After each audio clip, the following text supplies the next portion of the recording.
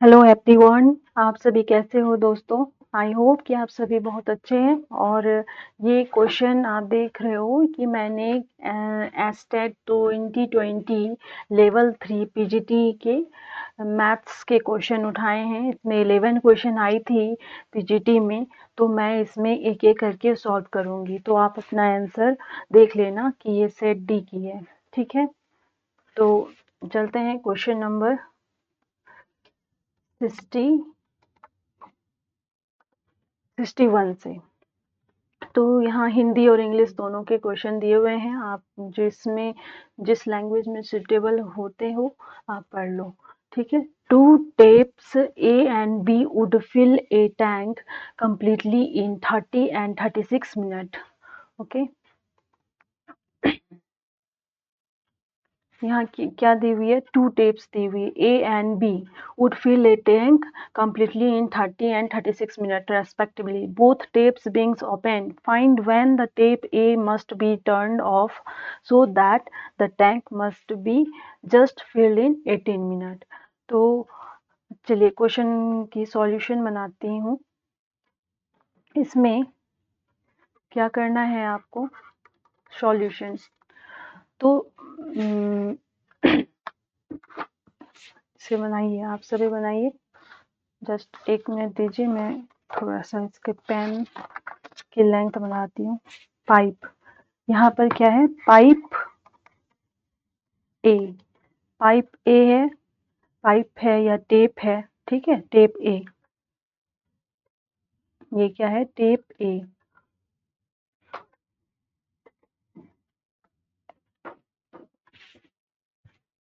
यहाँ पर tap A fill a tank in 1 minute में वो कितनी भरेगी, 1/30। ठीक है, वैसे ही टेप जो बी है, fill a tank in 1 minute में कितने भरेंगे, यहाँ पर क्या है, 1/36। ठीक है, तो मैं मान लेती हूँ कि let pipe A turned off at time t minute में ये टर्न ऑफ हो जाती है। तो ए की वैल्यू कैसे निकालो, देखो 1/30 इंटू टी प्लस ये क्या है, 1/36 इंटू क्या दी हुई है यहाँ पर, 18 मिनट। तो 18 मिनट लिख लो इक्वल टू 1। तो इसे सॉल्व करना, आंसर निकल जाएंगे। कैसे निकालेंगे, देखिए 18 2 जा 36। तो ये यहाँ पर मैं बना रही हूँ t/30 इक्वल टू 1/2। ये 1/2 उस साइड चली जाएगी, तो यहाँ क्या हो जाएगी, 1/2। तो आप देखो यहाँ से ये t 1/30 है, यहाँ 1/2 है, तो 2 15 टाइम्स हो गई। तो मतलब t की वैल्यू हो गई 15 मिनट। मीन्स आप 15 आफ्टर 15 मिनट आप टैंक बंद कर रहे हो, है ना। तो आंसर इसकी क्या है, 1 है। ठीक है, आंसर क्या है, 1 है इसमें। तो नेक्स्ट क्वेश्चन बनाते हैं 62 में क्या दी हुई है, देख लो। In how many years will a sum of ₹800 become rupees this at 10% per annum interest compound half-yearly दी हुई है। ये वर्ड को गौर से देखिए, इसमें ऑप्शन दी हुई है, तो ये नहीं है कि ये जो इसमें दिए हुए हैं ये आंसर सही हो, आप अपना चेक करना। ठीक है, तो मैं इसमें बना रही हूँ। चलिए पेन ले लेते हैं। ठीक है, सॉल्यूशन इसके बनाते हैं। इसमें क्या है सॉल्यूशन, अमाउंट आपका दिया हुआ है, प्रिंसिपल दिया हुआ है। तो अमाउंट इसमें 926.10 दी हुई है और 800 के प्रिंसिपल दिए हुए हैं। रेट ऑफ इंटरेस्ट उसमें 10% पर एनम एनुअली है। हमें क्या निकालनी है इसकी, ये हाफ अर्ली। तो इसलिए हाफ अर्ली में क्या हो जाते हैं, हाफ हो जाएंगे। तो ये क्या हो जाएगी, 5% हो जाएगी। रेट ऑफ इंटरेस्ट 5% हो जाएगी। तो आप टाइम मान लो n ईयर्स है। तो आपको सबको पता होगा इसके फॉर्मूले क्या होते हैं, A equal to P1 + R/100 power n। तो a की वैल्यू क्या दी हुई है 926.10 और ये कितने हो गए p की वैल्यू 800 और ये हो गई 1 प्लस r की वैल्यू 5/100 n तो नहीं पता ये निकालनी है। ये 20 हो गई तो आप यहाँ मैं निकाल रही हूँ। आप देखो क्या हो जाएगी 926.10 800 को नीचे ले आए, ये 0 को हटा दी तो 100 यहाँ आ गए इक्वल टू ये क्या हो जाएगी 21/20 पावर n। ठीक है, इतना क्लियर है। 0 0 कैंसिल हो गई यहाँ से। तो अब यहाँ पर क्या बच रहा है आप देखो, यहाँ बच रही है 9261 और 8000 और यहाँ वैल्यू क्या आ गई 21/20। इसके क्या है n। आप देखो ये क्या होती है 21 के क्यूब होते हैं और ये 20 के क्यूब होते हैं। तो ये क्या हो गई 21 की और ये 20 की क्यूब और ये हो गए 21/20 होल पावर n। तो n देखो जब बेस इसकी सेम है तो पावर भी सेम होंगे। तो इसके मतलब क्या हो गए इसकी मतलब कि n equal to 3 years। Clear. तो आपका आंसर कौन सा होना चाहिए, इसके आंसर होंगे 3 years। क्लियर। आई होप कि आपको समझ में आ गया है। अब हम आगे को चलते हैं। अगर नहीं समझ में आया हो, स्पीड लग रहा हो तो पॉज करिए, दोबारा देखिए। ठीक, बहुत ईजी है, समझ में आ जाएगी। Question number 63। तो इसमें 11 टोटल 11 क्वेश्चन है, इसलिए मैं जल्दी जल्दी बता रही हूँ। आपको समझ में ना आए तो पॉज करके देख लेना। ठीक है, तो 63 है। 63 in an examination 27 students fail in English and 38% fail in science. Okay, science. If 19% fail in both the subject, then the percentage of pass in both the subject is क्या होगी, लिखा लो। इसमें अब आप क्या करोगे, वेन डायग्राम इसके लिए सबसे बेस्ट रहेगी बनाने के लिए। एक ये देखिए ये बनाई और ये बनाई मैंने। इंग्लिश को मैं ई से डिनोट करूंगी और साइंस को मैं क्या है, साइंस को मैं एस से डिनोट करूंगी। क्लियर। तो ये है आपकी इंग्लिश और ये है आपकी साइंस। तो ये फेल है, ठीक है, फेल वाली मैं ले रही हूँ। तो इंग्लिश में 27% स्टूडेंट फेल्ड है और ये इंग्लिश साइंस में 38% फेल है। क्लियर आ गई, हाँ 38% फेल है। तो और ये जो पोर्शन है इसमें कितने हैं 19% फेल है। तो ये 27 इंग्लिश है, पूरी ये इंग्लिश की है और ये पूरी साइंस की है और ये दोनों की मिला के। तो हमें ओनली इंग्लिश में कितने फेल हो रहे हैं ये निकालिए। तो इसको कैसे निकालोगे, कलर चेंज करते हैं, 1 मिनट। हाँ, तो 27% है, यहाँ 19। 27 माइनस 19 इक्वल टू क्या होगी बताइए, 27 इंटू 19, 27 माइनस 19 करिए, 27 माइनस 19 इक्वल टू 8%। और ये क्या हो जाएगी यहाँ पर 38 माइनस 19 इक्वल टू 19%। तो मतलब फेल्ड स्टूडेंट कितने हो गए, फेल्ड कितने हैं 8% प्लस 19% प्लस 19%। तो टोटल कितनी हो गई, आप प्लस करो 46 हो जाएगी। 46% फेल है। तो इतने स्टूडेंट फेल्ड हैं। ठीक है, तो पास क्या कितनी हो जाएगी, पास तो दो ही, इंग्लिश एंड साइंस में बोथ सब्जेक्ट में पास कितने होंगे, पास उसको निकालने के लिए पास स्टूडेंट क्या हो जाएगी 100 में आप 46 माइनस कर दो तो कितने हो जाएंगे 54%। आई होप कि आपको समझ में आ गया हो, मैं आपको समझा सकी ये क्वेश्चन। चलिए आगे क्वेश्चन चलते हैं। 64 ये बहुत ही इजी क्वेश्चन है, इसे कैसे बनाएंगे। चलिए बनाते हैं क्वेश्चन नंबर 64।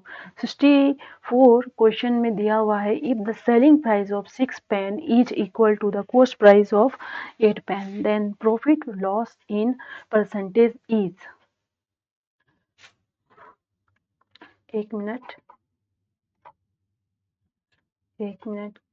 1 मिनट बस।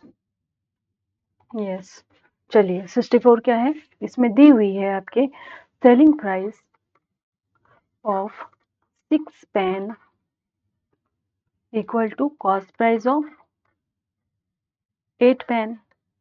तो ये क्लियर है, आपको पता है कि selling price by cost price इसमें कितनी हो जाएगी 8/6 हो गई। जब आप ऐसे ले आओगे तो देख रहे हो ना, सेलिंग प्राइस 8 है और सेलिंग कॉस्ट प्राइस 6 है।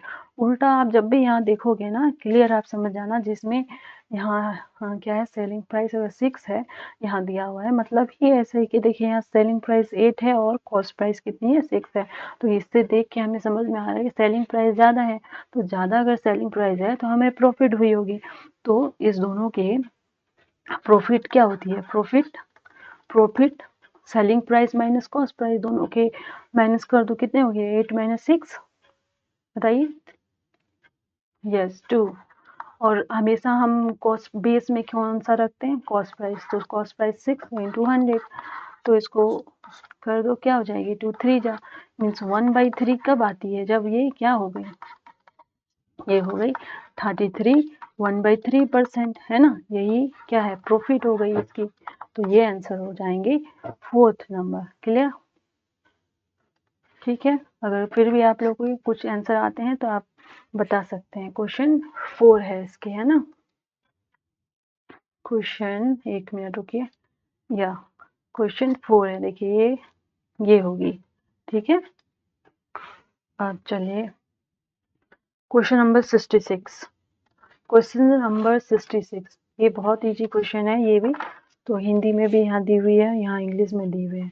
क्या लिखा हुआ है कि अगर ये फर्स्ट ईयर में गांव की जनसंख्या में 5% की वृद्धि हो जाती है, अगले वर्ष में इसमें ही 5% की कमी हो जाती है, तो यदि दूसरे वर्ष के अंत में जनसंख्या 79,800 थी, तो फर्स्ट ईयर मतलब में कितने पॉपुलेशन होंगे, है ना। तो ये बहुत ही ईजी है, इसे भी बनाते हैं। चलिए, जैसे कि मैंने माना कि कुछ पहले ईयर में कुछ था जिसमें कि 5% हमने इंक्रीमेंट किया, तो कुछ इसमें बढ़ गई। इसके बाद फिर हमने क्या किए, 5% हमने फिर डिक्रीज कर दिए, तो तब पॉपुलेशन सेकेंड ईयर में क्या आ जाएगी 79800, ये आ गई आपकी लास्ट सेकेंड ईयर में जो पॉपुलेशन है, ये आ गए। तो ये फर्स्ट ईयर में कितने पॉपुलेशन थे वो निकालना है आपको। तो कैसे निकालोगे, सिंपल, आप कुछ मत करो, इसको देखो 5% दी हुई है, ठीक है। 5% मतलब क्या होती है परसेंटेज से, 5/20 मीन्स 5 4 जा 20, तो ये इंक्रीमेंट हुआ 1/4, है ना, इंक्रीमेंट हुआ इसमें। क्लियर, बताइए ये क्या लिख दी हूँ मैंने, 1 मिनट, कहाँ, देखिए मैंने भी गलती कर दी, इधर लिखने में गलती कर दी, उसके लिए इसे मिटाते हैं और बनाते हैं। ये 5/20 कहाँ से आ गई, मैं भी ज़्यादा ही स्पीड हो गई हूँ। चलिए फिर से बनाते हैं, चलिए, हो जाती है कभी कभी गलती। चलिए यहाँ क्या हो गया 5%, 5% मतलब क्या हो गया 5/100 मीन्स 5 2 जा 20 मीन्स 1/20, 1/20 होती है 5% की, है ना। तो इसमें इंक्रीमेंट हुआ है, मतलब इंक्रीमेंट 20, यहाँ 1 है, मतलब इसमें क्या हो जाएगा 20 + 1, आपको पता है ये मेथड 21/20 हो जाएगी, मतलब पहले 20 थी, अब क्या हो गई 21 हो गई, है ना। और इसी तरह से इसमें क्या दी हुई है 5% डिक्रीमेंट हो गया इसमें। क्लियर, इसमें डिक्रीमेंट हो गया, तो 1/20 इसकी वैल्यू है, मतलब डिक्रीमेंट हो गई, मतलब 20 में 1 माइनस गया तो 19/20। क्लियर, तो हम यहाँ बनाते हैं, ठीक है, यहाँ पर देखिए, यहाँ बनाते हैं, यहाँ मैंने एक जगह ओल्ड लिख दी और एक जगह न्यू लिख दी। पहले हमारे पास 20 था, ठीक है, 20 पॉपुलेशन था, अब क्या हो गई 21। और इसमें इसके हिसाब से सेकेंड में 20 थी पहले, अब क्या हो गई 19। तो हम दोनों को मल्टीप्लाई करते हैं, ये क्या हो गई 20 इंटू 20 400, क्लियर। और 19 को अगर 21 से मल्टीप्लाई करेंगे तो क्या हो जाएगी, देखिए 21 और 19 को मल्टीप्लाई करिए, है ना, 9 1 जा 9। इसको हम कैसे मल्टीप्लाई कर सकते हैं, इसको तो बहुत तरह से बना सकते हैं, जैसे कि हम ये 20 है, इसे हम ऐसे भी लिख सकते हैं 20 प्लस 1 और 19, ऐसे आप मल्टीप्लाई कर दो तो कितने हो जाएंगे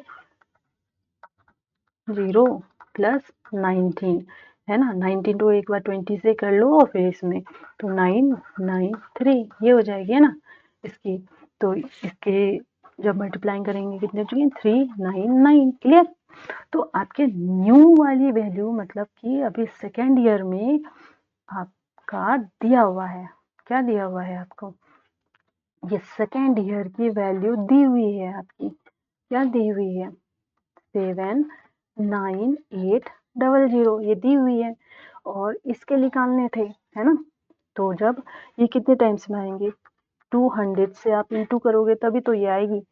इसी तरह से इसमें भी आप अगर 200 से मल्टीप्लाई कर दो तो कितने हो जाएंगे 8 4 टाइम्स 0। तो आप यहाँ देखो कहाँ है फर्स्ट ईयर में इतनी, यही तो है, ये थर्ड वाली आंसर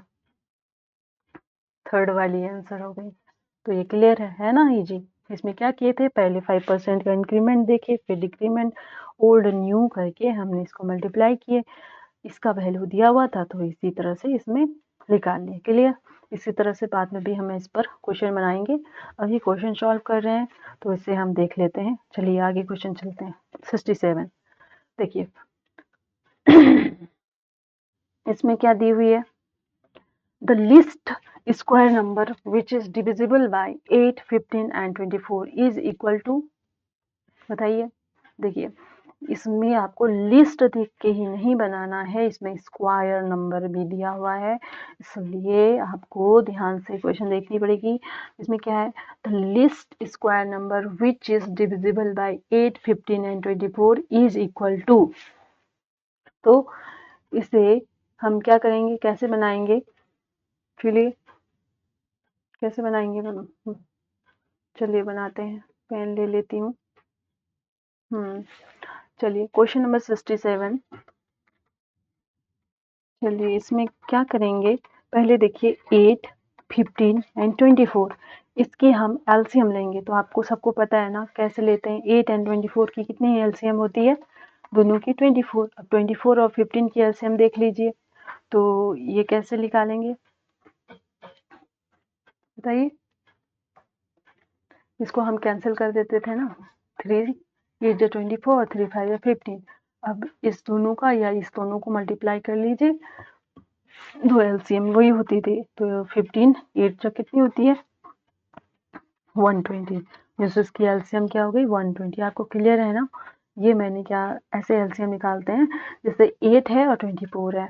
पहले जैसे कि मैं यहाँ थोड़ा सा बता देती हूँ, जैसे कि 8 और 24 का एलसीएम निकालना है, तो 8 एंड 24 हम क्या करते हैं, इसको आप ऐसे मल्टीप्लाई कर दीजिए, 8 बन जाइए 8 और 8 3 जा 24। अब इस दोनों को मल्टीप्लाई करिए या इस दोनों को मल्टीप्लाई करिए, इसकी एलसीएम क्या होगी 24 ही आएगी। आप ऐसे भी करके देख सकते हो। ये तो 24 को देखिए, 2 4 जा 8 2 1 जा 2 2 2 जा 4 एंड 4 4 1 जा 4 4 3 जा 12, ठीक है।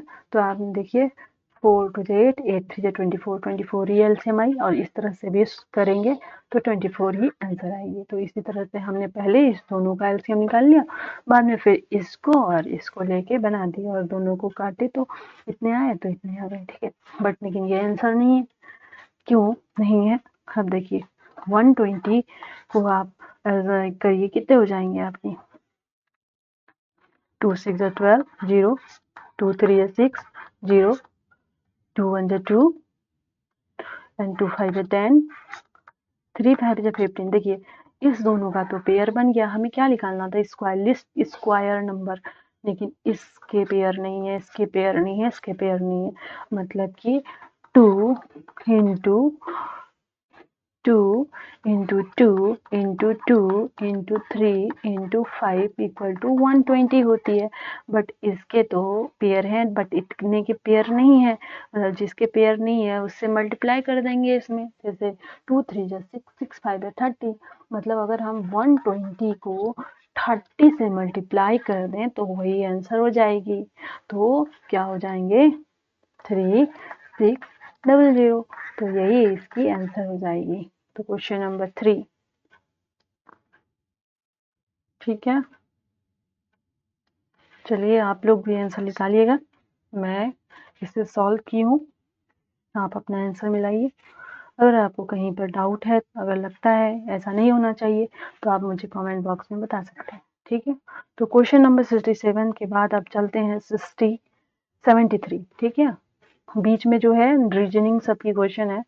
तो मैं सेट कौन से सेट थे मैंने आगे में बता दी थी, तो उसी के हिसाब से 73 में अब मैथ्स के क्वेश्चन है।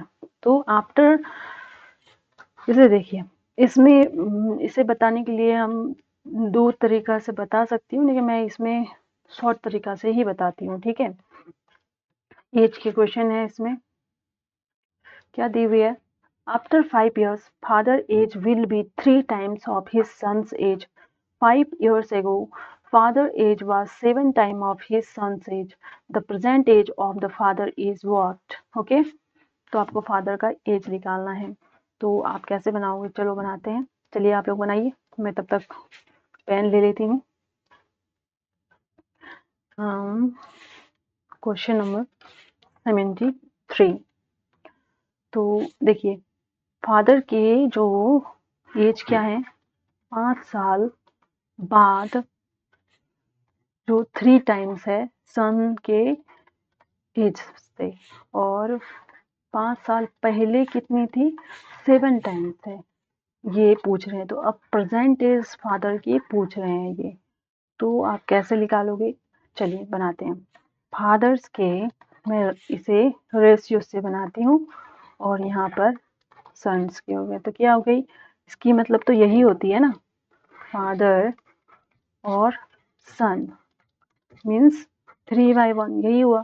तो यही हम लिखते हैं 3:1, और ये हो जाएंगे कितने दिस, चलिए मैं लिखते जाती हूँ, आप समझ जाएंगे, 7:1।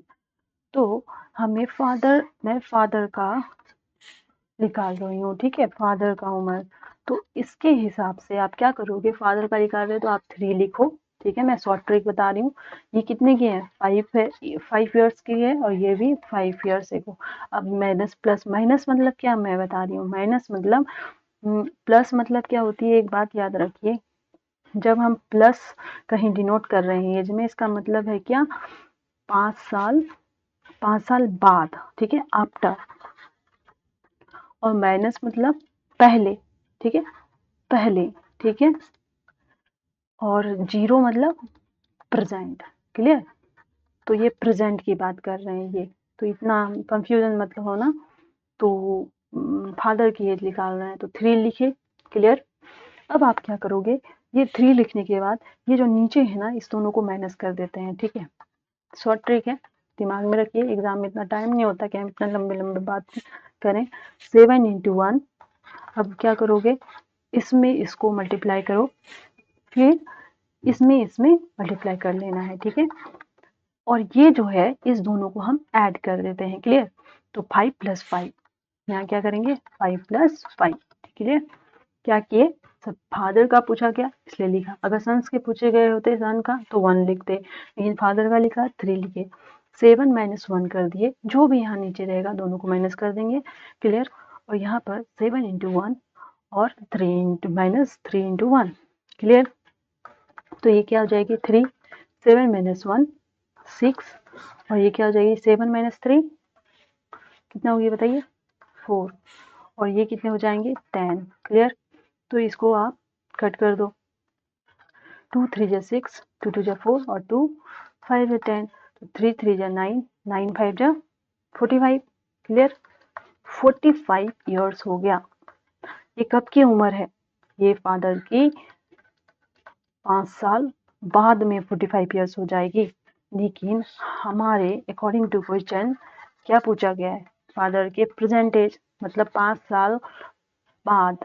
तो 5 साल मतलब आप 5 से माइनस कर दो, मतलब प्रेजेंट में आने के लिए 45 minus 5 means 40 years. Clear? I hope समझ में आ गया होगा आप लोग को। तो इसके आंसर क्या हो जाएंगे, 40 ईयर्स। क्लियर? ठीक है। तो इसकी एक जब हम स्कूल में बनाते थे वैसे भी नियम है, लेकिन मैं इसमें नहीं बताती। ठीक है, जब हम एज के क्वेश्चन बहुत अच्छे से बनाएंगे तब मैं उसमें डिस्कस कर दूंगी, जिसे कॉन्सेप्ट चाहिए। तो ये फॉर्मूला बेस मैंने बताई हूँ इसमें, आप इसे देख लीजिए। तो चलिए आगे क्वेश्चन 75। 75 में क्या है, अब आपकी कितनी क्वेश्चन बची हुई है, बस 3 क्वेश्चन है। ठीक है, बस 3 क्वेश्चन है, 75, 76 एंड 79। 3 क्वेश्चन बची हुई है, ये भी बना ही लेते हैं, है ना। थोड़ी सी लंबी हो जाएगी वीडियो, तो थोड़े देख लीजिए, क्योंकि आपका बस 11 क्वेश्चन आया गया था, तो वो मैं इसमें बना लेते हैं। ठीक है, तो question number 75. If Syam write down all the integer from 1 to 100, then how many times does he write 3? तो आपका क्या दिया हुआ है, 1 से 100 के बीच में कितनी टाइम्स आपका 3 आता है, ये पूछ रहे हैं। तो बहुत ईजी है, आप जानते हो क्या है, इसको तोड़ लो। 1 से 10, 10 से 20, 20 से 1 मिनट,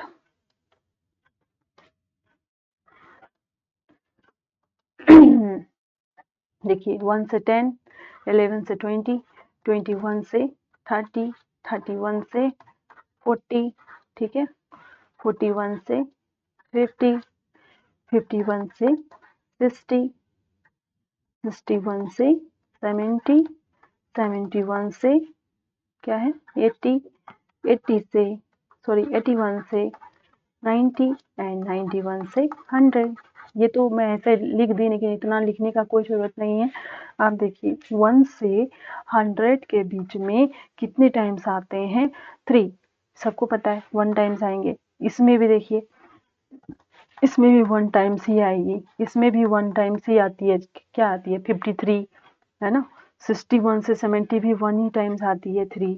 इसमें भी 1 टाइम्स आएगी, इसमें भी 1 टाइम्स आती है, इसमें भी 1 टाइम्स आती है। अब इसमें देखो 11 से 20, इसमें भी 1 टाइम्स आती है ना। इसमें कितने टाइम्स आ जाएंगे बताइए, 21 से 30, इसमें 2 टाइम्स आएगी ना, एक 23 और एक ये 30 है। ठीक है, इसको भी हम इंक्लूड ले रहे हैं। ठीक है, 30 तो 2 टाइम्स आई। अब यहाँ देखिए आप 31 से लेके 40 टाइम्स, 31 से लेके 40 टाइम्स में 10 टाइम्स आ जाती है, क्योंकि एक तो क्या क्या आ जाएगी आपको पता है ना, 31, 32, 33, 33, इसमें देखो 31, 32, 33, है ना, 34, ऐसे ऐसे करके 39 तक। तो इसी में आप काउंट कर लेना, इसमें 2 टाइम्स हो गई, ऐसे तो 9 टाइम्स होगी, और इसमें 2 टाइम और एक एक्स्ट्रा है, इसलिए 10 टाइम्स हो गई, है ना। बहुत ईजी है, मैंने बस बताया इसलिए थोड़ा टाइम लगा। अब गिन लो कितना है, 1 2 3 4 5 6 7 8, 8 टाइम्स तो ऐसे ही हो गए 1, और ये हो गई 10 + 2 12, मीन्स कितने हो गए 20 टाइम्स। तो आंसर क्या हो जाएगी, 20 टाइम्स। क्लियर? आंसर क्या हो जाएगी, 20 टाइम्स। तो क्लियर है ना। यानी तो एक और भी तरीका है, आप वो भी देख सकते हो, ये भी, बट यही सबसे इजी है जिसे निकालना है ना। जैसे कि आप एक ये कर लो, 3 पूछा क्या है, आप लिख दो यहाँ से 0 1 2 3 4 5 6 7 8 9। क्लियर? और फिर यहाँ यहाँ क्या करोगे, 9, फिर यहाँ से लिख दो 0 1 2 3 4 5 6 7 8 9। क्लियर? अब देखना मैं क्या कर रही हूँ, बट ये वाला मेथड इजी है। ठीक है, आप यहाँ क्या करोगे, यहाँ 3 लिख दो, हर जगह 3 3 3 3 3 3 3। क्लियर? अब यहाँ भी 3 3 कर दो।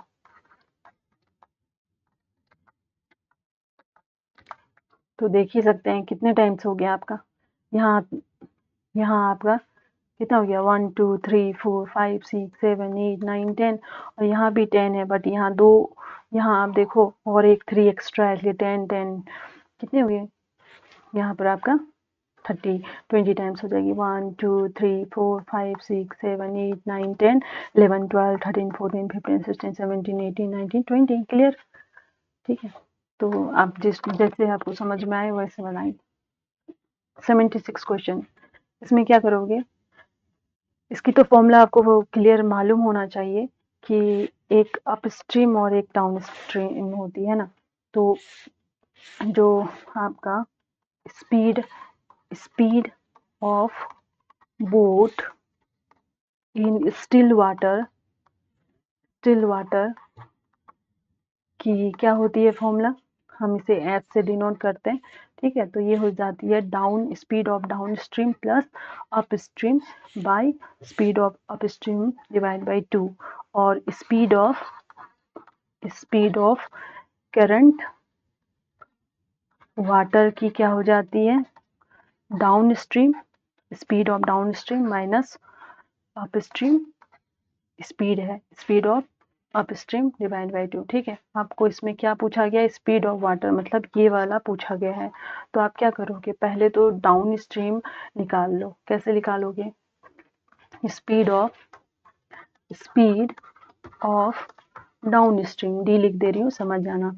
ठीक है, तो इसमें 13 किलोमीटर डिस्टेंस है। स्पीड क्या होती है, speed equal to distance by time, तो डिस्टेंस 13 है डिवाइड बाई 5 आवर्स लिखा हुआ है, तो ये क्या हो जाएगी, इसकी वैल्यू निकालना, तो हो जाएगी 5.6, है ना। और speed of upstream equal to क्या हो जाएगी 28 डिवाइड बाई 5, तो आप क्या लिखोगे, डिवाइड करो, क्या हो जाएगी 2.6, ये क्या हो जाएगी किलोमीटर पर आवर्स, ये भी हो जाएगी किलोमीटर पर आवर्स। तो आपको ये निकालना है, ऐसे हम आर से डिनोट करते हैं। ठीक है, तो R equal to D minus U by 2, तो इसकी वैल्यू क्या हो गई 5.6 माइनस 2.6 डिवाइड बाई 2, तो क्या हो जाएंगे 3/2। तो आप इसे डिवाइड करो, क्या हो जाएगी 1 बाई बताओ 2 किलोमीटर पर आवर्स। ठीक है, चलिए तो नेक्स्ट क्वेश्चन नंबर 77। अब बस 2 क्वेश्चन बचा हुआ है आपके पास।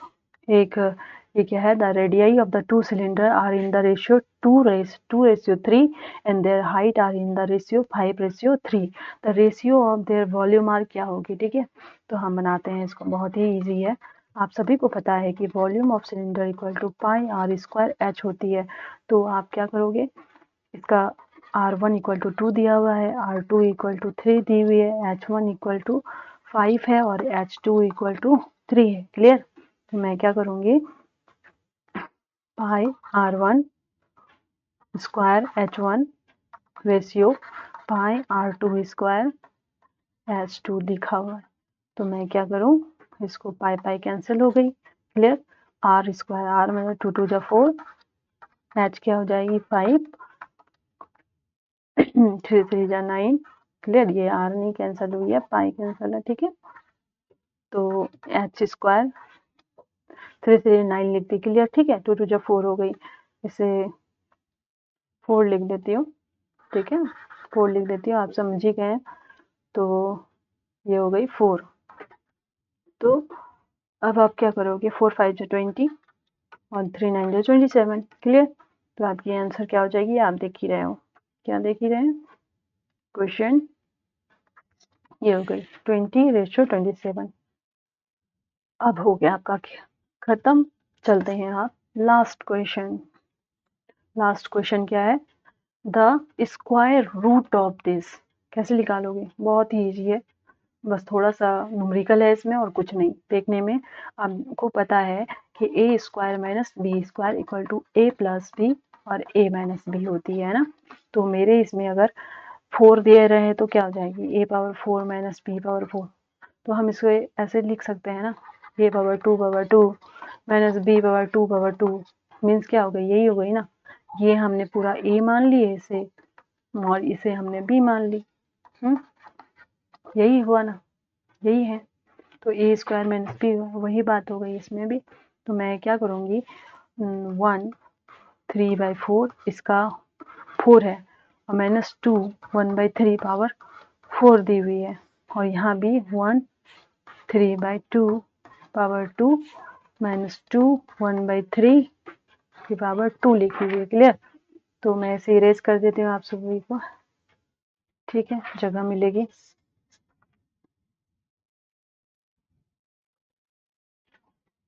चलिए आप बनाइए, आपको इसका आंसर पता ही होगा। बनाते हैं इसे, चले बना दिए। तो ये क्या हो जाएगी, 4 मतलब 4 + 3 7 7/4 और ये हो गई 4 7/3 की पावर 4।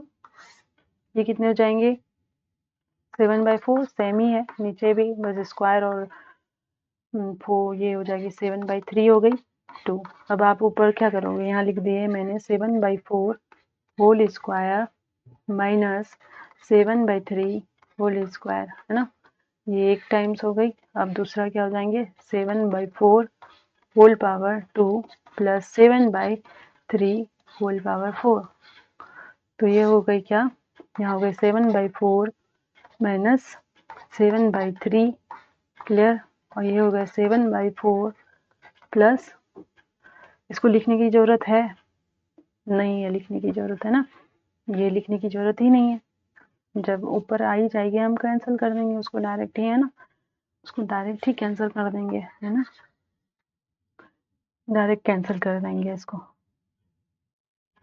देखिए ये क्या हो जाएंगे, होल पावर 2, इसको लिखने की कोई ज़रूरत नहीं है, ऐसे ही है। अब देखो ये दोनों सेम सेम मिल रहे हैं, इसको कैंसिल आउट कर सकते हैं ना। तो ये ऊपर ये बच गए, क्या बच गए, 7/4 whole power 2 plus 7/3 whole power 4। Clear? तो आप क्या लिखोगे, 7 7 49/16 प्लस 49/9। तो आप एलसीएम ले लो, इसके एलसीएम 144 हो जाएगी दोनों के, इसमें मल्टीप्लाई करो, क्या हो जाएगी 441 प्लस 784 होगी। जब हम 16 को 49 से इंटू करेंगे तो दोनों को प्लस करना, कितने हो जाएंगे 1225 हो जाएंगे। क्लियर? तो हमें देखो क्या निकालना है, स्क्वायर रूट निकालना है इसका। तो इसको अगर स्क्वायर रूट निकालना है तो ये आपको पता है ना, 1 2 2 5 किसके होते हैं, 35 की स्क्वायर रूट होती है और ये 12 की होती है। अब इसको डिवाइड कर दो 12 से, क्या होगी, चलिए मैं यहाँ बना देती हूँ, ठीक है, जगह नहीं है, यहाँ बना देती हूँ। जब 35 को 12 से डिवाइड करेंगे 12 क्या हो जाएगी बताइए, 12 2 जा 24, तो रिमाइंडर क्या हो जाएगी 11/12। तो ये आंसर है। कहाँ है आपके आंसर, देखो 2 11/12, तो ये आंसर है। क्लियर? तो आपका 11 क्वेश्चन, टोटल 11 क्वेश्चन था इसमें आज स्टैट की पेपर में, जो कि 2 जनवरी 2021 में हुई है। तो मैंने सब क्वेश्चन सॉल्व करके दिखाती हूँ आप सभी को। इससे भी शॉर्ट फॉर्म अगर आता हो तो आप कमेंट बॉक्स में लिखिए, अगर कहीं डाउट हो तो आप मुझसे पूछ सकते हैं, ठीक है, मैं सबकी जवाब दे दूँगी। ओके, आई होप कि आपको समझ में आया हो। तो मैं अब ये रीजनिंग की दूसरे पार्ट में बनाऊँगी और सबके पार्ट अलग अलग बना के आप लोग को दे दूँगी। इसमें बस मैथ्स के ही बनाई थी। Thank you very much.